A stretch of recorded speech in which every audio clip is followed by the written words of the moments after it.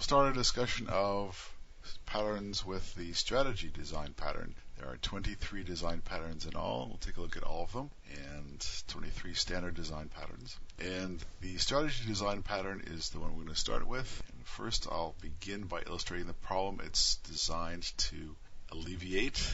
Say that, for example, you've been charged with the task of creating a set of vehicles in code, and you want to, for example, start with an abstract class. This is Java code, an abstract class called vehicle, which will serve as the base class of your vehicles. Have an empty constructor and a method named go. And when you call the go method, you say that the program will print out, now I'm driving. So this is the base class of your solution, which is your task is to design a set of vehicles. For example, you might be charged with designing a street racer, and you say street racer extends vehicle. You have your own constructor in that case, street racer, and extends vehicle means it inherits the go method, as you see there. So when the go method is called of the street racer, you should see now I'm driving. So you can in fact test that out in a main method in Java, and you create a new street racer object this way.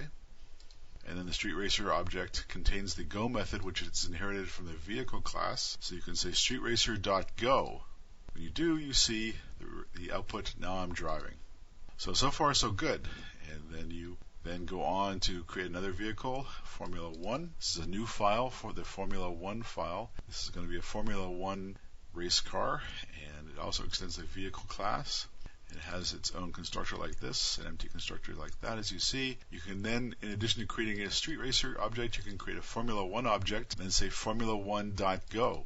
So you've created two different types of vehicles here, street racer and Formula 1, and they've both inherited that go method from the vehicle class. You do this, you see the go methods of each object has displayed the now I'm driving method statement.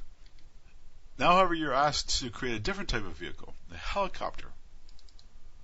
Once again, you extend the vehicle class like this, and you say you create a public empty constructor like that, and so you now have the helicopter class extending vehicle, and you can in a main method in a separate program, you can create a helicopter object, and then you say helicopter.go, and you get 3 times now I'm driving. You see that now I'm driving doesn't really work for helicopters. It should be saying something like now I'm flying. So already the way the solution of this problem is beginning to break down, and somebody now asks you to create a jet vehicle. You say public class extends vehicle. You say have a empty constructor here as well, public constructor as well, and you run that. When you run that, you get now I'm driving as well for the jet. You realize that that's wrong. It's just, you should say now I'm flying, or now I'm flying fast, or so forth. So the problem is you have classes whose functionality doesn't really agree with the base class functionality anymore. The first solution could be that you override the go method in each of the new classes. For example, the helicopter class extends vehicle class and overrides the go method to say now I'm flying. So when you run the test case now, you'll see the helicopter object prints out now I'm flying instead of now I'm driving, because you have overridden the go method.